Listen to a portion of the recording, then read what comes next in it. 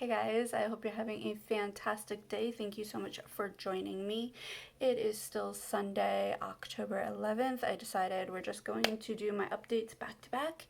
This way they're recorded because I have other stuff that I want to work on for October because it's Dysautonomia Awareness Month and we have Mast Cell Awareness Day, which is super exciting. I don't think that they had this last year. Not to my knowledge, so it's super new and I'm super excited to do some sort of awareness thing for it. So that's why I decided to record this video now. So, hopping into it. Per usual, my endocrinologist was, I think, like an hour late.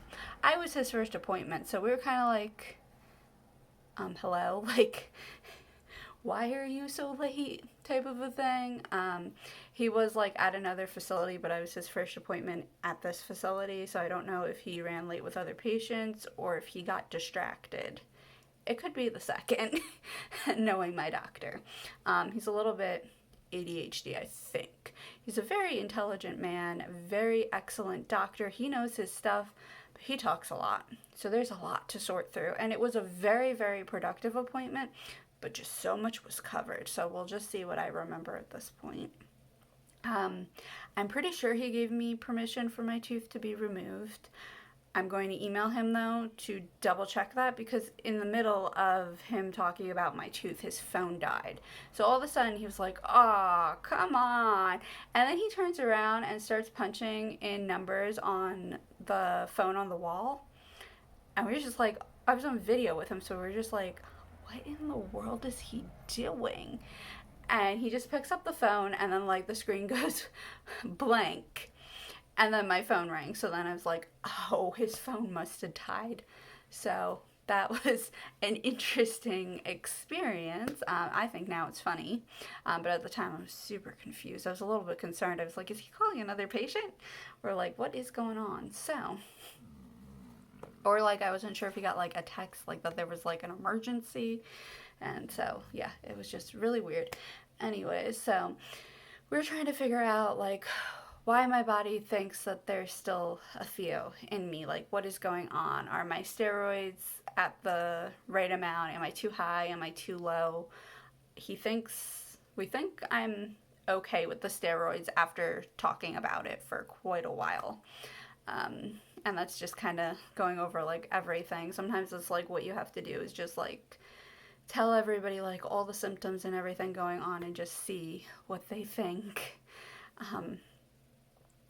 And then we were talking a lot about like the blood pressure swinging and all of that stuff. So he's really starting to try to play up my postural orthostatic tachycardia syndrome, and there's been talk that I'm hypergenetic.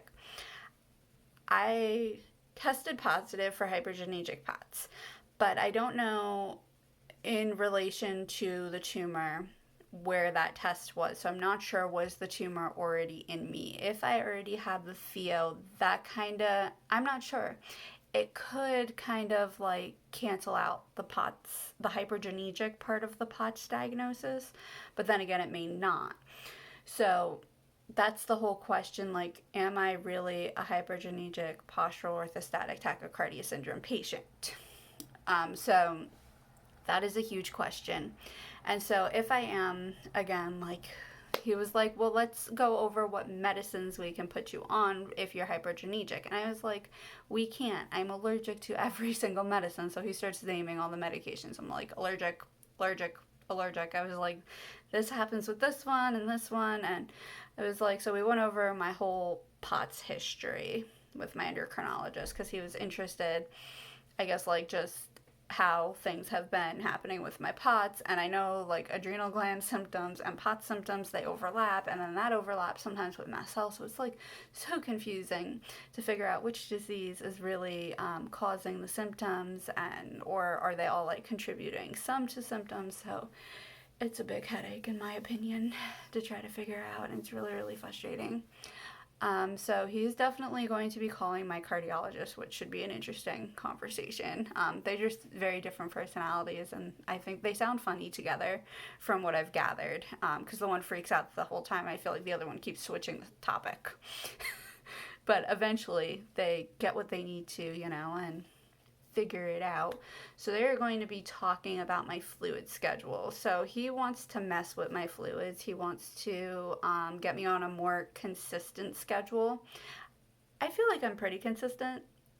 I do switch up sometimes if I do 1 to 2 bags in a day, but I like having that flexibility, to be honest, because some days like you need the extra fluids, but then other days like it just doesn't work to run 2 bags in a day, or like sometimes I just get sick of being hooked up and I need a little bit of a break.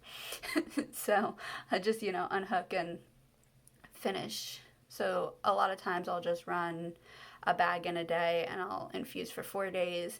He wants to see, and I feel like this is so not going to happen because other people are really against this idea, but this is his proposal.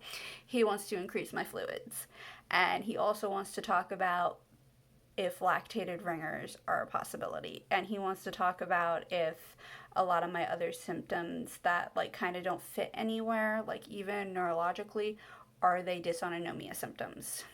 You could really play that up, I feel like, the dysautonomia, and it could cover, I think, most everything.